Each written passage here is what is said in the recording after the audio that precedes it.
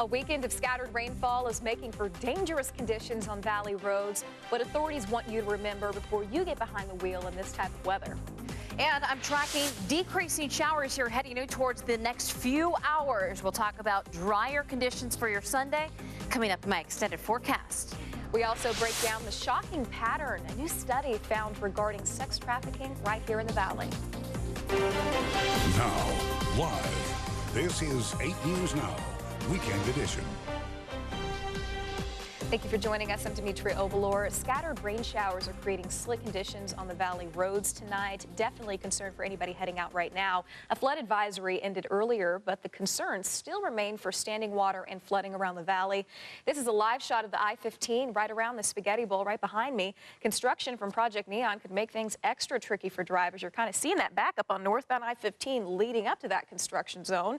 Now, we're tracking the weather with team coverage. Brittany Edney is live near the Strip with a closer look at the impact on the roads. But first, we're going to send it over to meteorologist Katie Boer with a look at what we're up against for the rest of the weekend. Well, you know, Demetria, we had some parts of the valley that saw over an inch of rain. Earlier, we got real close to that, and then we've continued to add on to those totals. Now, finally starting to see some decreasing showers here as we head in towards this 11 o'clock hour. Still some pockets where we are still seeing this across some portions of the area, but generally some vast improvement here locally across the valley. It's light stuff now after we did see pockets of heavier rainfall here earlier this evening. Here's a closer look just to give you an idea of what's going on around the metro area. I've got this on a 2 to 3 hour loop. So still seeing a few of these lingering showers right on the foothills leading up in towards the mountains. Otherwise, looking at generally improved conditions. It looks like Mount Charleston now catching a little bit of a break. They did see, though, some of this falling as snow for some continued hours. Now noticing that this is starting to wind down. Keep in mind, our conditions on the cooler side here this evening, they're going to continue to keep dropping. We got a warm at one point, and then those showers rolled through. We had a hard time continuing to climb. It does look like calmer conditions right now. Those temperatures at about 51 degrees with temperatures 8 degrees cooler here than 24 hours ago. Now, looking ahead at your day, you can see tomorrow is expected to be a little bit warmer, back up to the 60s, and we'll finally start to notice a little bit of that clearing here by 3 p.m. at 62 degrees. We'll, of course, talk more about your entire extended forecast and what you can expect in terms of a return of the 70s, Demetria, coming up here in just a minute. And in the meantime, Demetria, we'll wait for you here. Let's talk to Brittany Edney, who is live. And Brittany, we talked earlier this evening about some of the problem spots. You and I both talked about the Summerlin area, the West Side, Red Rock. Where are you right now, and which spots have seen the most trouble for you? Yeah, Katie. Well, right now, actually, there's an accident behind me being cleared up here on Desert Inn Overpass. And in NHP's jurisdiction alone today, they saw almost 100 crashes. And you got to think about what that compares to their normal average on a Saturday, which is usually about 20 or so. So we definitely saw a lot of action on the roadways, not in a good way, today because of weather. Moderate to heavy showers across the valley made road conditions dangerous for drivers. Through Saturday evening, Nevada Highway Patrol says there were at least 81 crashes with 21 injuries, and that doesn't even count any of the accidents Metro responded to. People who aren't used to driving in the rain here in Las Vegas, and if they don't increase their following distance and use due care, it's a recipe for a crash for sure. So drivers need to slow down. A male driver was taken to the hospital in critical condition after losing control of his vehicle and slamming into a wall Saturday evening near Fort Apache and Viking. And near 215 in Decatur, a truck ended up in a ditch on the side of the road. It's slick streets that can easily send your car sliding. We go through periods here in the desert where we don't have rain for weeks or months on end, and we have fluids from vehicles that leak onto the roadway. They absorb into the concrete, and then once it rains, all that debris comes to the surface, and it just makes for a slick road condition. Troopers add it's important for drivers to slow down, increase your following distance, not to brake too hard, and also be careful on ramps. The ramps are slick, and people go onto the ramps and go into those turns, and they end up spinning out and hitting the wall or ending up in the rocks. And Nevada Highway Patrol says there was one fatal accident today in Jean. Reporting live, Brittany Edney, 8 News Now. Thank you, Brittany. And over in California, severe flooding pounded central and southern regions this weekend. At least 4 people have been killed in the powerful storms. The storm, packing winds of up to 80 miles per hour, began early Friday, quickly turning parking garages into waterfalls, and an estimated $3 million emergency repair for the Cajon Pass. Right now, southbound I-15 from State Route 138 to Cleghorn is reduced to 1 lane as crews work on repairs, and air travel was even at a standstill for this. The Santa Barbara airport was completely flooded. You saw that car right there in the sinkhole. Man, storm forced hundreds of flight delays and cancellations through Saturday. The wet weather is now moving out of the area, but the rain will return to Southern California next week. A new report suggests a startling pattern when it comes to sex trafficking here in the U.S. A year-long study from ASU found that of 190 identified victims in 2014, 2/3 were under the age of 18. 1 in 5 were brought to Las Vegas from somewhere else, and more than half were never reported missing. Las Vegas is often described as a more transient city, and clinical therapist Jamie Ellison says that's one of the reasons why sex trafficking is more prevalent here. Can bring in victims and move them out quickly. They can find victims, move them out quickly, and oftentimes people don't give it a second thought. A Metro victim advocate says many of these people are products of the foster care system. The study also says that in the 159 cases that Metro Police identified as sex trafficking, nearly 3 in 4 were never prosecuted.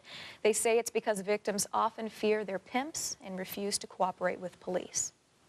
Switching gears now, this weekend, massive crowds attended a rally to welcome President Trump back to Florida. President Donald Trump rallied supporters at an airport hangar in Melbourne. Supporters say they were eager to hear more about the president's promise to create jobs, especially in the aerospace industry along Florida's Space Coast, the former home of NASA's shuttle program, in a county where many of those jobs have dried up. President Trump was quick to defend his first month in office as he ramped up his attack on the media. The dishonest media, which has published one false story after another with no sources, even though they pretend they have them, they make them up in many cases. Sources tell CBS News that the president's choice for Navy Secretary Philip Bilden is on the verge of withdrawing his nomination. A White House official told the Associated Press that the president plans to interview 2 possible candidates to replace his national security advisor this weekend. Well, back here in the Valley, there's uncertainty among communities regarding immigration orders. According to a draft memo, Nevada is among the states under consideration for National Guard intervention and deportations. The Nevada Hispanic Legislative Caucus hosted a forum today to help inform the community about immigration rights. People from the ACLU to workers' unions and even immigration attorneys were on hand to clear up any concerns residents may have.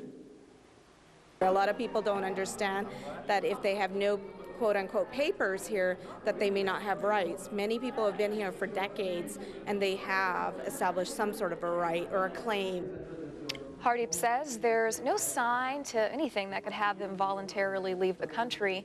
U.S. Senator Catherine Cortez Masto even came out to today's event. She says her office is working with local ICE officers to see who exactly they're targeting and plans to fight for families who've positively contributed to this country. Well, more issues from SpaceX after another rocket launch is put on hold. The issues that forced the mission to be scrubbed and how soon the space firm could make a second attempt to launch. CBS News. Real news. The gaming industry. Paul Johnsich takes a look at what they're doing to attract the next generation of gamblers. We need to change if we want to remain relevant. Monday on 8 News Now at 11. Planet Nissan's President's Day sales on. Now, live. This is 8 News Now, Weekend Edition. Metro Police need your help tracking down a robbery suspect on the run. Police say on January 19th, this man was armed with a gun and robbed a business near Sunset and Sand Hill Road. No one was hurt in the robbery. He's described as having a medium build, and he's in his 40s. If anyone has any information on this robbery, you're asked to call Crime Stoppers.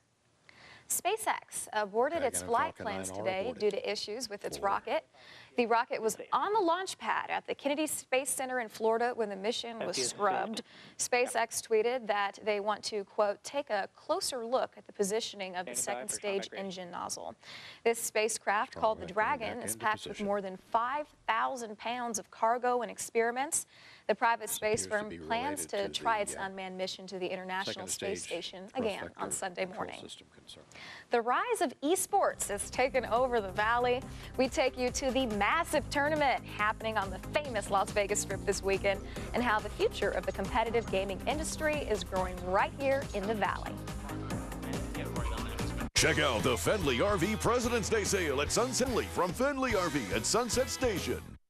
Now, live, this is 8 News Now, Weekend Edition. Thanks for joining us. Welcome back. Some of the top gamers from all around the world are going head-to-head for glory on the digital battlefield. The DreamHack Masters Esports Tournament is underway at the MGM this weekend. 16 of the world's best Counter-Strike global offensive teams battled it out for their share of the $450,000 prize pool. The Valley has been host to many esports tournaments in past years. Gamers we spoke to say Las Vegas is becoming the esports capital of the world. No players in the world would ever, say no to an invite to come to Vegas. I mean, it's about playing the game, but of course you can always play something else while you're in Vegas. And the industry expects to grow even more here in the Valley. In March, Millennial Esports is opening a dedicated esports event center at the Neonopolis building in downtown. They'll also be hosting a $25,000 Halo World Championships qualifier. And as I mentioned in earlier newscast, man, I'd lose at that because my brother would always kill me in Halo. You know, I did a very bad thing as a kid. I always just turned the game off right before I lost. It was horrible. Lots of fights. Yes, that's exactly what my brother used to say. Oh, that was like fight, wrestle on the ground type of stuff. You know, and here in Las Vegas, gosh, we have everything. Yes, we Esports now. There you go. Esports before that, I mean, people were doing the Super Smash Brothers Melee stuff with the, what was it, the GameCube? Yeah. People were playing that. They still do that out here for big money. Constantly evolving. Yes, it is. All right, talking about the forecast here in Las Vegas. Look at this, Demetria. Ooh, yeah, how pretty is this shot? You know, and earlier today we had that kind of orange glow as well. So this isn't just a fluke. It's really pretty with the colors of the strip kind of bouncing off some of the low cloud deck that we have here locally. This is our Red Rock camera. So looking out, you can see well in the distance rather, the strip out there. We're kind of winding things down just a bit more now. Still some sprinkles across portions of the valley, but we're seeing improving conditions here locally for a lot of different areas. So a little bit drier than what we saw here earlier today. And boy, you know, earlier it was just pockets of that heavier rainfall. In fact, I've kind of isolated a 12-hour period of rainfall. And you can see that 12-hour period.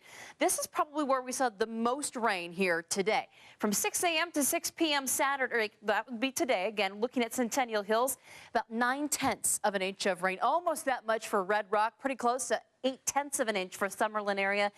Just under that for Picola Ranch, we've got about a ½ an inch for Aliante, and Spring Valley just under a ½ an inch, but significant rainfall today.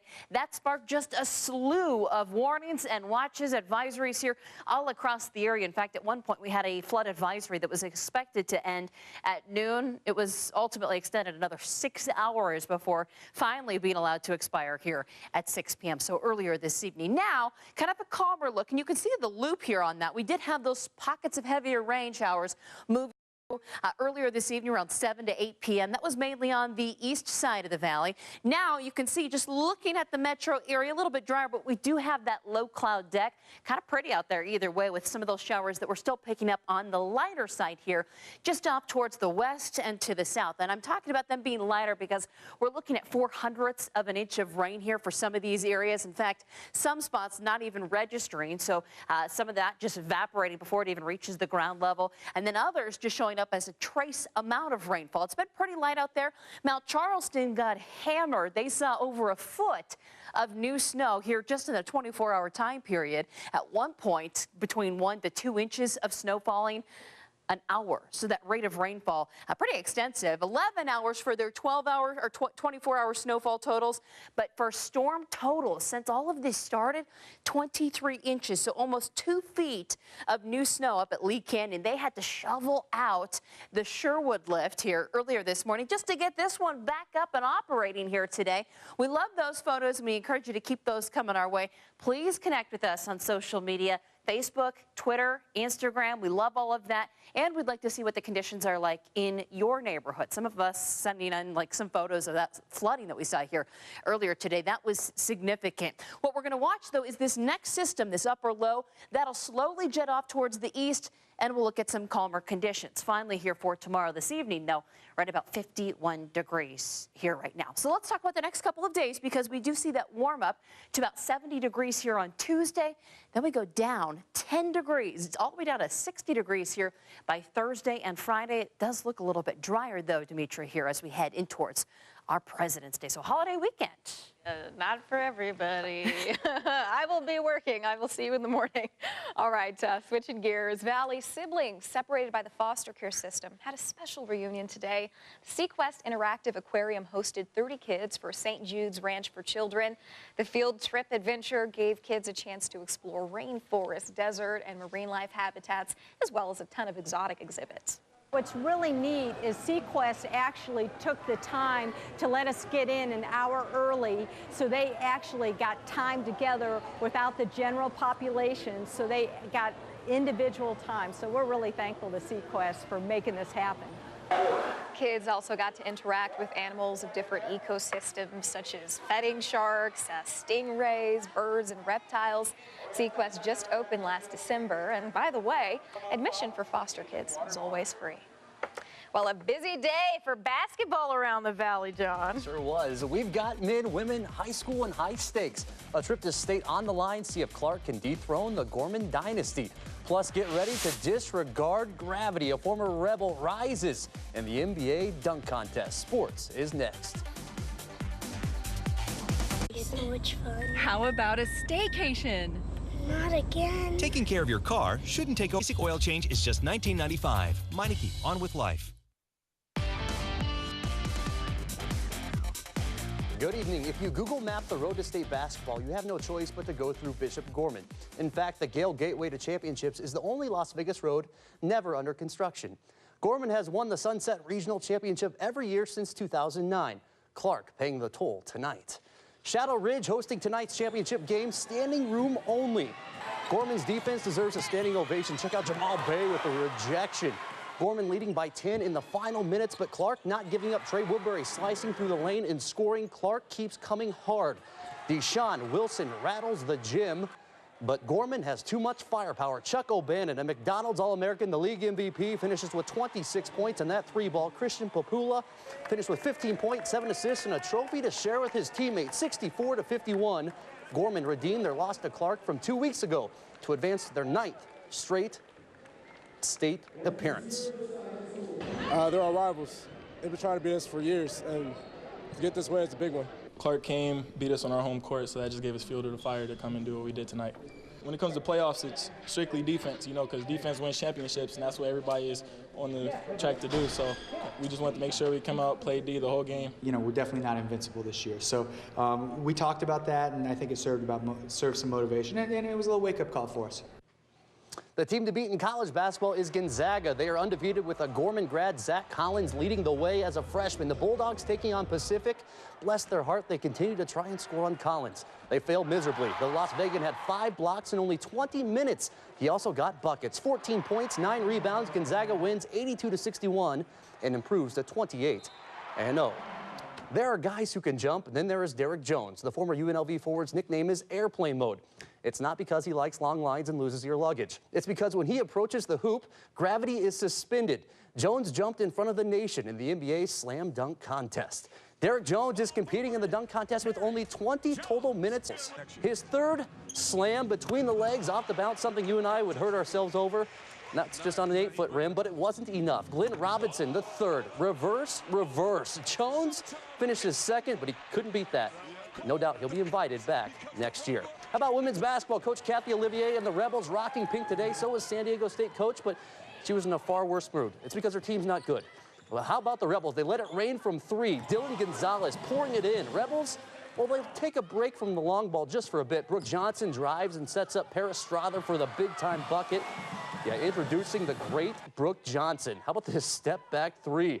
She then steps on the self-confidence of the Aztecs. Paris Strother, it's her turn to launch. Strother, party for 3. Yes, sir. The band was playing. The Rebels were slaying. Brooke Johnson then just hitting them from all over the court and even the parking lot. UNLV wins 80-62 for their 3rd straight win. The lone Las Vegas hockey star continues to skate circles around the NHL. Check out Jason Zucker scoring for the Minnesota War Cannon. Half-court shot is good. She wins a $500 gift certificate to Dunkin' Donuts. That's a big deal. But then it gets real. The strange mascot dressed as a coffee without cream drops to one knee and proposes. Thankfully, it was her boyfriend. He steals her thunder and then promises to steal her donuts for the rest of their lives. That's all for sports. We'll send it back over to Demetria for more news. Thank you, John. That was a great story. All right, The Lion King is roaring back onto the big screen in a live-action remake. Up next, we take a look at the familiar faces reprising their roles and the newcomers to the cast, adding a modern twist to the Disney classic. Dr. Q here from Star Nursery. Watch Desert Gardening News. Mercedes-Benz dealer. Mercedes-Benz. The best or nothing. Traffic Now is sponsored by Ed Bernstein and Associates. Enough said. Call Ed. Now, live. This is 8 News Now, Weekend Edition. Donald Glover and James Earl Jones have been cast in Disney's live-action version of The Lion King. Jones will play Mufasa, and Glover will be Simba in the studio's new take on the '94 classic. You may remember Jones was the voice of Mufasa in the animated movie. Director Jon Favreau broke the news on Twitter, tweeting a picture of Glover with the caption, quote, "I just can't wait to be king." So far, no release date has been announced for the new movie. You know, I wish that viewers could have just heard John Treach's rendition of the song, the intro to The Lion King. Circle of Life, please, if you'd give it another go. Probably not a good time for that. However, the live action, does that mean lions? Yes, real lions? they're going to have real lions. It's going to be similar to what we saw in the Jungle Book most recently. Really? Yeah, it's going to be crazy. Oh, wow. I'm glad they've got James Earl Jones. Nobody can replace him, though, but...